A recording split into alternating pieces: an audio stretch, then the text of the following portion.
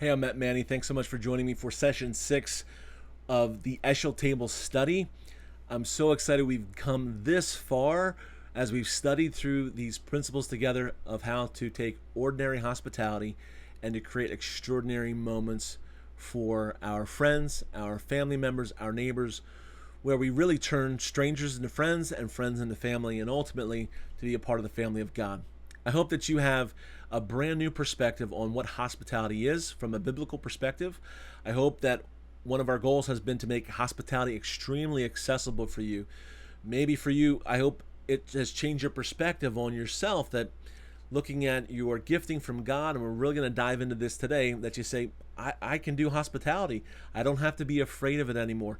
I don't have to feel guilty for not being hospitable. And our goal as well has been to take away the guesswork of, well, what does it look like? Again, my encouragement to you is, if you haven't read the book or you haven't kept up with the reading, a lot of these principles we dive in deeper. We give many more specifics as far as some helpful tips and tricks to facilitate hospitality. We have a whole section on frequently asked questions and how to address difficult and different problems. We haven't had the time to do that in these sessions, but we've have the information there in the book for you about some challenges that you may face and how to work through those obstacles to make hospitality a wonderful experience, not only for your guest, but for yourself as well, so that you continue to repeat this, developing this skill and ability, this habit of hospitality. Look there on page 86 as we jump in here. We wrap this up. God's heart, your home. That God can bring a little bit of heaven on earth through your home. If you think about this, and we talk about this in the book, that really earth is, God created this place to be hospitable for you and me. Now think about a sunrise. Now, birds, they fly across the sky, but I've never seen a bird stop and look at the sunrise and go, that's beautiful. I've never seen a dog or an animal take appreciation in creation. Now, granted, wolves howl at the moon, but I'm not sure that they necessarily appreciate the moon like you and I can appreciate a beautiful sunrise or sunset. Animals can't necessarily appreciate the stars sparkling in the sky. Of all creation, God made this place for you and me. Now think about this for a moment. I just read this morning in my devotional time, that what we exhale, plants inhale. And what we have in this relationship that we have with all that we have around us, God has made this place hospitable for us. Too close to the sun and we'd burn up. Our earth too far from the sun and we'd freeze. So it's the perfect climate for us to live in. There's food for us to enjoy and eat, and all the different tastes and smells and all the different sights and sounds, and all of this, God has made this world a place to be hospitable for us to enjoy.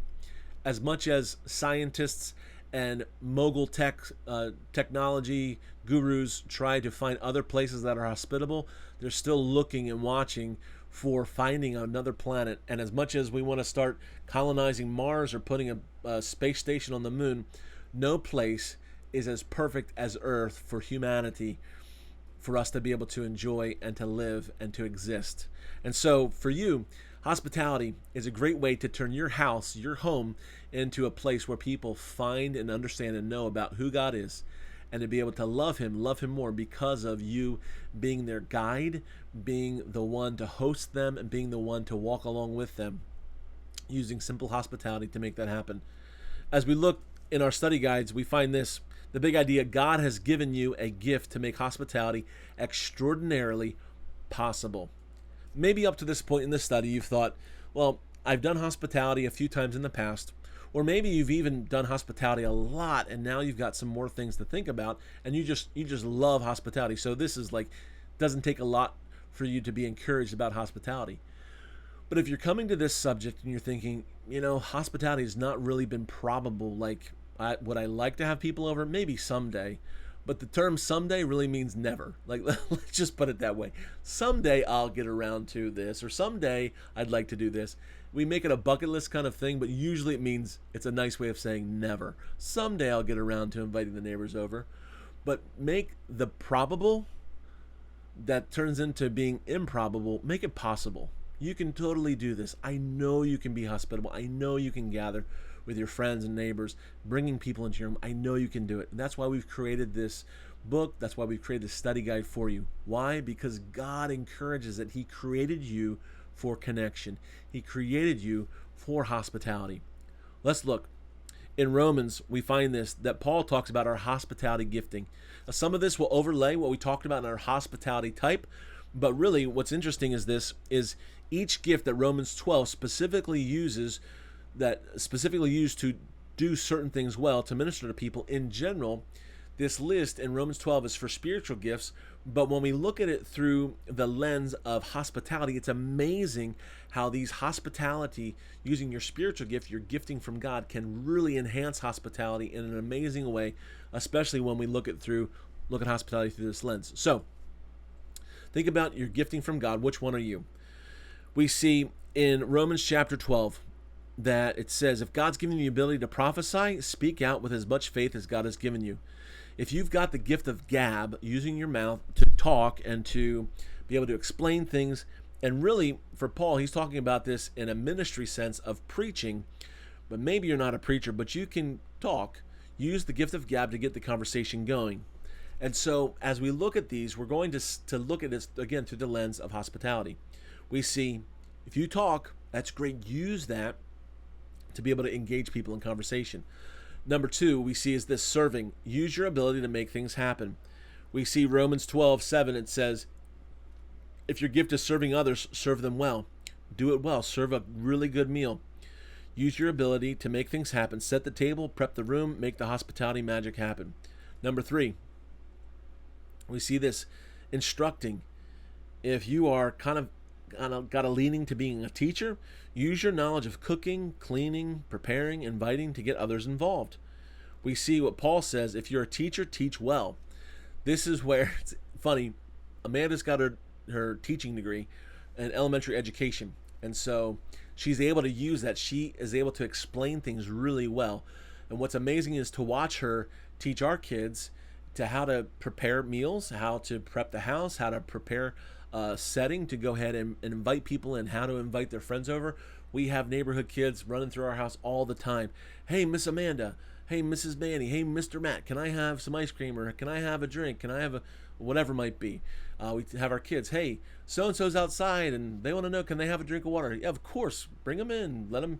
All those opportunities are for teaching and instructing. If you're a teacher or instructor, you can take your experience in hospitality and say, hey, come and work with me, and I want to show you how to be hospitable. We find number 4, encouraging. Listening is a powerfully passive and yet active gift. We see this, if you have the gift of encouragement, we see Paul says, be encouraging to others. As you look in your notes there, you find this, the rest of this explanation. Listening to others seems passive, but it takes great discipline to listen for understanding instead of listening to respond. People long to be heard, but a listening ear is one of the greatest ways you can encourage someone who's discouraged. And so many times when we're in a conversation, we listen because, well, we've got to put our 2 cents in. But instead of listening to respond, listen to understand where somebody's coming from. King Solomon says in Proverbs that it's foolish for somebody to answer a matter before they hear the whole thing. Have you ever had somebody interrupt you in the middle of you explaining yourself, and they jump to a conclusion? You say, wait, let me finish what I'm trying to say. And then you finish, oh, that makes all the difference, before they jump to a conclusion. If you have the capacity to encourage people, it's really great that you can encourage them by first listening to them and then being able to understand where they're coming from and then give your response. Number 5, giving of your time, your resources, and energy to make hospitality possible. Paul says in verse 8 of Romans chapter 12, if giving, then give generously. Don't hold back. If you're giving, you can lavish with, a great spread. Or maybe if you've got the gift of gift giving, have a gift for someone when they come to your home, and leave with some extra food or leave with a gift on their way out. And be generous with your time. Be generous with your space. Be generous with your hospitality. Number 6, we see this. If your gift is facilitating, who's going to get the party started? Where do you have people sit? What's the plan for gathering? Who will lead in prayer before the meal? Use your take charge, can do it attitude to get things rolling. And when the host is ready for the party to come to an unfortunate final end, you'll need somebody to send everybody home, and this is the person who facilitates that. You get the group gathered and dispersed. That's what you do best. This is the facilitator. Well, what is Paul? How does he describe it? He says, if God has given you leadership ability, take the responsibility serious. So if you say, I'm not really a good cook, I'm not really good at listening, I'm usually good at talking or taking charge, then you may have leadership ability. And this may be where you can go ahead and really facilitate gatherings. If somebody has a capacity to be a great cook and to be able to do hospitality well, they may be a little bit more shy inviting people into their home. If you work together as a team, they can do the inviting while you do the cooking, or you can do the inviting and they can do the cooking, and you can work together as a team. Then we find this, last of all, number 7, hosting. You have the house, you have the apartment, etc. You see here that Paul talks about in the end of verse 8, if you have a gift for showing kindness to others, do it gladly. What does this look like as a host? You have the address, you help to get the talkers talking, the servers serving, and the givers giving. You don't have to be an extrovert and be kind of gregarious and loud for you to be the host. You are the leader facilitator, if you will, or let the leader facilitator do that. You open the door and you welcome everyone in. And so all you do is you just show kindness. And this really kind of wraps up the gifting all across the board. Where we find this is that if you have the capacity to be kind, you are going to be the one that's going to see, well, my neighbor's pretty lonely. You're going to be the one that's going to see, hey, the family down the street, from what I hear, I know that they haven't had a lot of food to eat. You're going to be the one that's going to see the kids who, well, you notice that they're hungry all the time, so maybe they're not getting a meal at home. You're the one that's going to be kind and considerate, and you're going to notice things that maybe not everybody notices, and you're going to be empathetic and see, boy, we could really meet a need here. And this is where you can work together with everyone else using your gifting. That leads us then, as Paul wraps up chapter 12. Really, I love this chapter because it's all about hospitality. Not only is it your hospitality gifting, but then he gives us 8 ways to be hospitable. Number 1, be real and relatable. Be real and relatable. Don't just pretend to love others, really love them, hate what's wrong, and hold tight to what is good. Be genuine with people in hospitality. Number 2, show interest and honor. He says, love each other with genuine affection and take delight in knowing and honoring each other. That's crucial. You can exercise that around the table. Number 3, work at making hospitality work. He writes, never be lazy, but work hard and serve the Lord enthusiastically. So again, hospitality takes an immense amount of work, but the payoff is eternal. The payoff is impacting people's lives for eternity, and all you did was have a simple meal.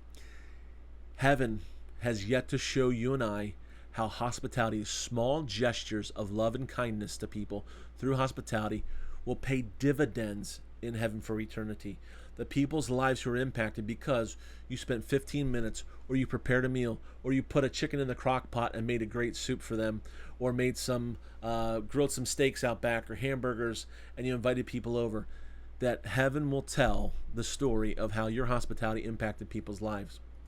Then we find number 4, frame your focus with joy. Rejoice in your confident home. It's easy as you're preparing to be hospitable to get a little resentful. When people come into your home, they eat your food, they take up your time, they maybe mess up your house, or maybe they leave just a pile of dishes in the sink. It's easy to respond with, man, like, what is Matt doing? What is he talking about? This is a lot of work. Man, this is not really fun.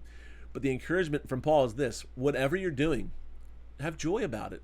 Have joy, because we're not doing it simply just because we want to create the perfect meal. We don't do it because we want a headache and a pile of dishes. We don't have hospitality. I don't get energized and charged up by doing dishes, I'll tell you that much.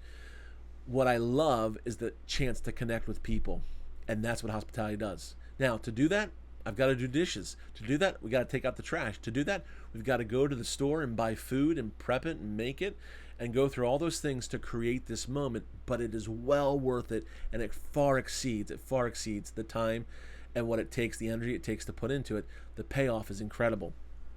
Number 5, we see this: be patient. The first time you try to be hospitable, it's probably not going to go as you expect. Paul writes, be patient in trouble. You're going to have something unfold, and it's going to become a story that you're going to tell. And so you're either going to have a success with your hospitality, or it's going to be a story that you're going to tell. And either way, that's the success. But be patient. You're going to have to be patient with people, be patient with yourself.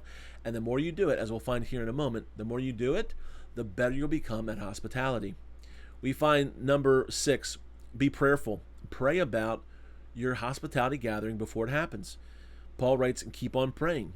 Number 7, we find be prepared. When God's people are in need, be ready to help them.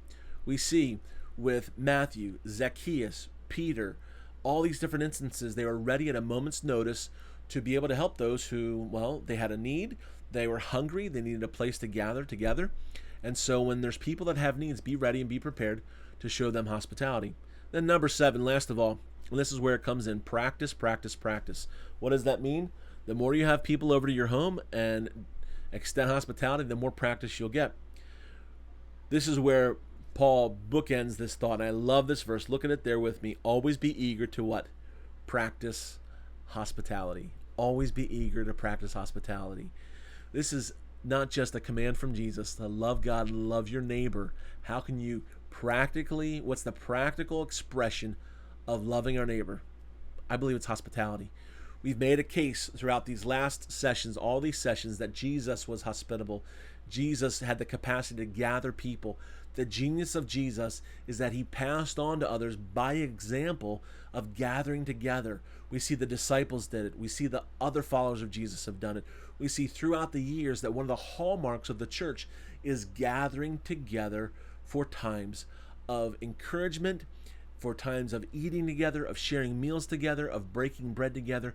Those times are times of hospitality to facilitate community and the family of God. Because really, when you think about a family, families do all kinds of things. They celebrate, they go on trips together, they do sporting events together, they grow together, they go to school functions together. Families do all kinds of things together.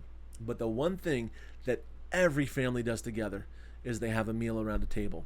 Every family has some kind of meal that they gather together. The hallmark of the church and the family of God is this. How do we do that? Gather together, gather around a table, and then invite people to come to the table. As you see in your notes, this last statement for us is this: that hospitality brings a taste of heaven to your home. The Bible says that one day we're going to go to heaven, those who are followers of Jesus, those who have put their faith and trust in Jesus. Revelation says that there will be people from every nation, from every tribe, from every tongue, and that there'll be this massive wedding feast, if you will, this gathering together around this table, the marriage supper of the Lamb that'll take place in heaven. And so what we find is the closing of the Bible is this idea of hospitality, really, of gathering together people from different places and different spaces and different races, all coming together with one common bond of what? That we are a part of the family of God. And you and I have been given the opportunity, and can I even say the mandate, the command, the imperative to invite people to come to the table. There's a great song that we sing at our church that I love to sing. It talks about come to the table. It talks about whether you are a sinner or a saint, whether you're a pauper or a prince, whether you are free, whether you are in prison, whether you are ashamed, whatever situation you might be in, come to the table, because that is the place where we find who we are in the family of God, where we find our identity, we find our calling, and we find our place of belonging around the table. My prayer for you as you come through this, spend some time in discussion, spend some time thanking God for his hospitality to us. And then the encouragement is this: my prayer is that from this point on, you'll have some tools and some abilities and some thoughts, and really change our philosophy on how we use our home to be a place of hospitality, how we use our opportunities to be able to encourage people, how we use our relationships and how we engage with people to be able to encourage them to love God, to live for him, and invite them to the table. Thanks for watching.